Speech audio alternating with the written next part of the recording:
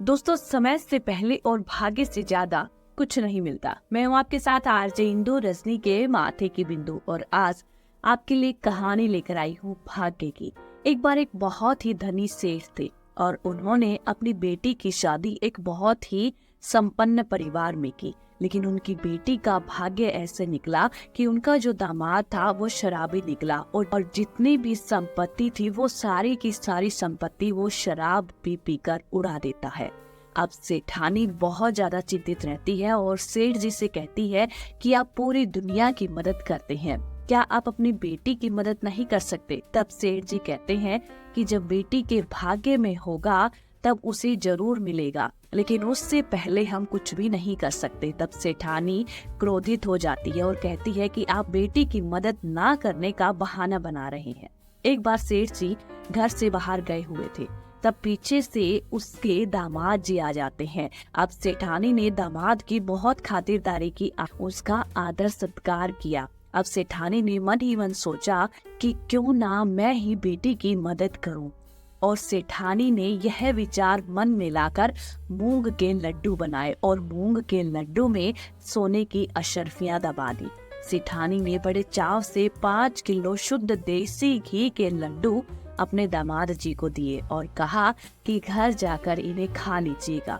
अब दामाद जी वो लड्डू लेकर चलते ही है कि दामाद के मन में विचार आता है कि इतना भारी भरकम यह थैला कौन उठाकर ले जाए, और यह विचार मन में लाते ही वह एक मिठाई वाले की दुकान पर पहुंच जाता है।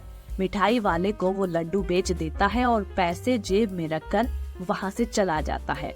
अब सेठ जी जो बाहर गए हुए थे, उसके मन में विचार आया कि मैं घर के लिए मिठाई लेकर चलता हूँ। वह उसी मिठाई वाले की दुकान पर जाते हैं और उससे लड्डू मांगते हैं। अब मिठाई वाले ने वही जो लड्डू थे वो सेठ जी को दे दिए। अब सेठ जी वो लड्डू लेकर जब घर पहुंचते हैं, सेठानी को देते हैं। सेठानी ने जब वो डिब्बा खोल कर देखा तो सेठानी की आंखें फटी की फटी रह गई।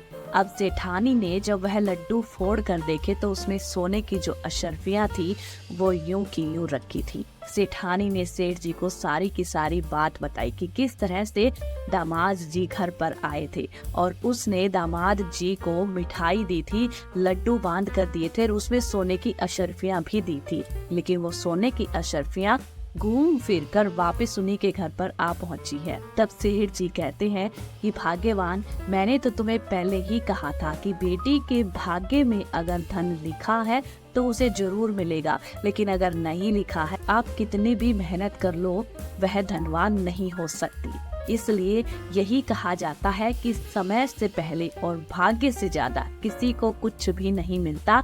ईश्वर ने हमें जितना दिया है उसी में संतोष करे, इसी में हम सबकी भलाई है। मैं हूँ आपके साथ आरजे इंदु रजनी के माथे की बिंदु, और अगर ये कहानी आपको पसंद आई है तो चैनल को सब्सक्राइब करना ना भूलिएगा, ज्यादा से ज्यादा लाइक कीजिएगा और कहानी को शेयर भी कीजिएगा।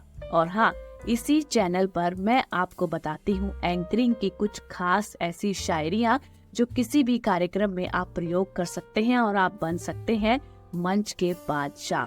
तो चैनल को सब्सक्राइब करना ना भूलिएगा। याद रखिएगा, आरजे इंदु।